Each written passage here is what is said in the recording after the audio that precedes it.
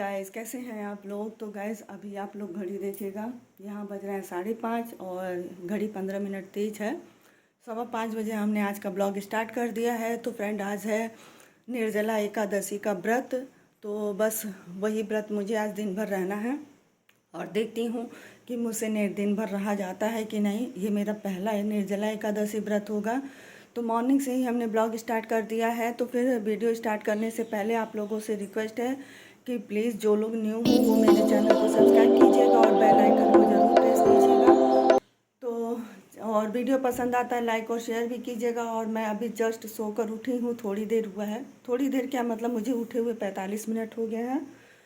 तो फिर चलिए अब अपना ब्लॉग स्टार्ट कर देती हूँ। मैं देखती हूँ कि आज सुबह से मतलब जो मेरा रूटीन है वो मैं आप लोगों के साथ शेयर करूँगी।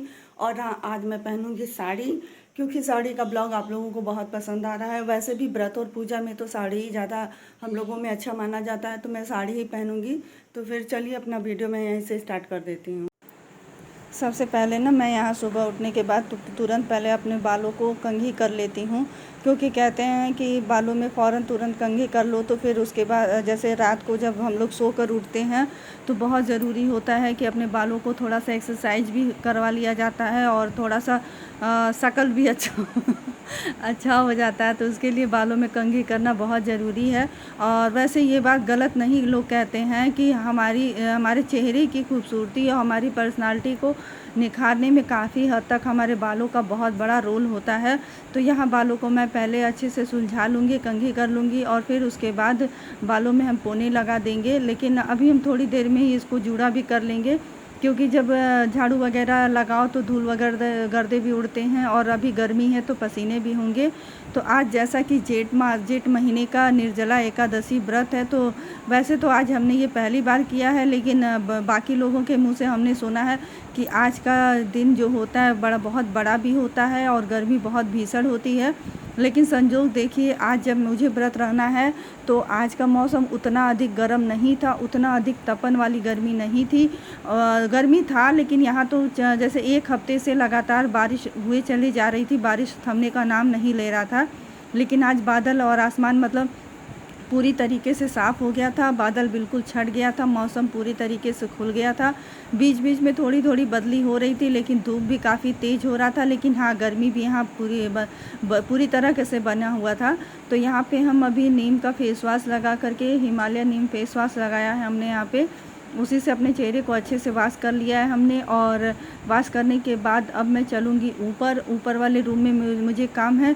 वैसे इतना करने के बाद अभी मुझे मतलब अभी नीचे का काम मेरा कोई ख़त्म नहीं हुआ है, नीचे का रोज़ वाला काम मेरा भी पड़ा है।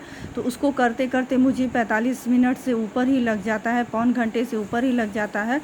और क्या कहते हैं कि झाड़ू पोछा क्लीनिंग वगैरह करने से पहले हम यहाँ पे बाथरूम में भी थोड़ा पानी डाल करके अच्छे से वाइपर कर देते हैं, कि रात का जो मतलब जो भी स्मेल है या गंदगी है या पानी जो भी जमा हुआ हो वो सारा निकल जाए। क्योंकि एक्चुअली में हमारे गोरखपुर का पानी काफ़ी खारा है और ये पानी अगर ज़्यादा देर तक पड़ा रह जाता है फर्श पे कहीं भी तो खूब अच्छा खासा स्पॉट पड़ जाता है। तो इसलिए इसको मतलब पर डे मुझे साफ़ करना ही पड़ता है।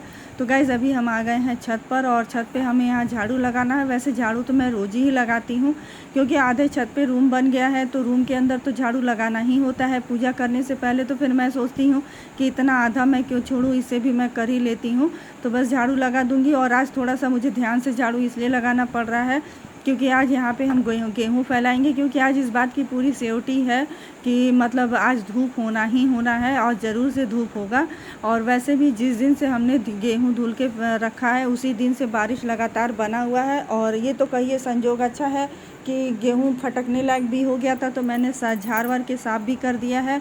लेकिन उसमें जब तक अच्छे से कड़े तरीके से धूप नहीं लगेगा तब तक उसको पीसने के लिए देने लायक भी नहीं है। तो यहाँ झाड़ू उड़ू लगाने के बाद मैं और पौधों की देखभाल मैंने थोड़ी सी थोड़ा ही किया, ज़्यादा देर तक हमने नहीं किया, क्योंकि पौधों में पानी तो इधर देना नहीं है। पौधों में पानी बराबर बारिश होने की वजह से खूब अच्छा खासा टॉनिक भी बन गया है और इधर पौधों का ग्रोथ भी खूब अच्छा ही चल रहा है। और जितने भी प्लांट हमने लिए थे नए वाले, वो सारे प्लांट मैंने दूसरे बर्तन में यानी दूसरे में हमने लगा दिया। वो मैंने आप लोगों के साथ अभी शेयर नहीं किया है, क्योंकि जिस टाइम पे मैं ये लगा रही थी तो उस टाइम टाइम पे यानी शनिवार के दिन काफ़ी तेज़ बारिश हो रही थी, तो मैंने कहा कि ले आओ, मैं इसको नहाने से पहले इसे लगा ही देती हूँ। तो फ्रेंड्स, साड़ी का ब्लॉग मैं आप लोगों के साथ आज शेयर कर रही हूँ। तो यहाँ मेरा पूजा वगैरह खूब अच्छे से हो चुका है। तो पूजा करने के बाद मैं गेहूँ फैला दूँगी बाहर छत पे, क्योंकि इस समय तक धूप हो थोड़ा बहुत हमें दिख रहा है और मुझे पूरा विश्वास है कि धूप आज होगा। तो यहाँ कान्हा जी की परिक्रमा करने के बाद और उनसे क्षमा प्रार्थना करने के बाद मेरा पूजा संपन्न हो गया है। और अभी मुझे आज एकादशी का दान देना है। वैसे मेरे हस्बैंड कल रात को ही थोड़ा सामान ला के रखे थे, बट मैं इतना थक गई थी कि मुझ में इतनी ताकत नहीं बची थी कि मैं फिर उसका सारा पैकेट खोल करके चेक करती कि किस में क्या है। तो यहाँ पे आप लोग देखिएगा मेरे कान्हा, मेरे लड्डू गोपाल कितने प्यारे लग रहे हैं, कितने खूबसूरत लग रहे हैं। तो जिनको अपने कान्हा से, अपने लाला से प्यार होगा, वो लोग प्लीज़ मेरे चैनल को सब्सक्राइब कीजिएगा, जिन्होंने नहीं किया है बेल आइकन के साथ, और लाइक और शेयर भी ज़रूर कीजिएगा। और कमेंट्स करके बताइएगा कि मेरे युगल सरकार, मेरे बाकी बिहारी कैसे लग रहे हैं। तो आज इस तरीके से फूलों से मैंने इस यहाँ पे इनका श्रृंगार किया है। वैसे गमले में आज फूल बहुत कम ही निकला था, तो आज मैंने अचानक से अपने हस्बैंड को एक सरप्राइज़ भी दे दिया है, क्योंकि आज इतनी सुबह सुबह घर का सारा काम करने के साथ साथ भी मैं अचानक से चली गई थी मार्केट। तो मार्केट का मैंने आप लोगों के साथ कुछ भी शेयर नहीं किया, क्योंकि गाइस इतनी जल्दी और इतनी हड़बड़ी थी कि मतलब टाइम ही नहीं था कि मैं कुछ शेयर कर पाती। एक्चुअली में आज जो दान में जो भी फल या जो भी सामान देना होता है, उसमें से एक ही दो सामान आया था, पूरा नहीं आया था। तो फिर जब मैंने पैकेट खोल के देखा तो मेरा मूड ख़राब हो गया था। तो कुछ सारा सामान मैंने मतलब हमने ले आया था। तो फिर साथ में हमने ये कुछ छोटे फूल, यानी जो फ्री फूल होते हैं ना, फ्लावर्स होते हैं, जो पंखुड़ियाँ होती हैं, तो वो सारी पंखुड़ियाँ मैं लाई थी। तो बस यहाँ पे अभी मैं कान्हा जी का इस तरीके से अभिषेक कर रही हूँ फूलों के ज़रिए। कहते हैं ना कि तुलसी पत्र या फूलों से ही उनका अभिषेक करना बहुत अच्छा होता है। तो बस एक मंत्र था, श्रीमन नारायण नारायण या ओम नमो भगवते वासुदेवाय।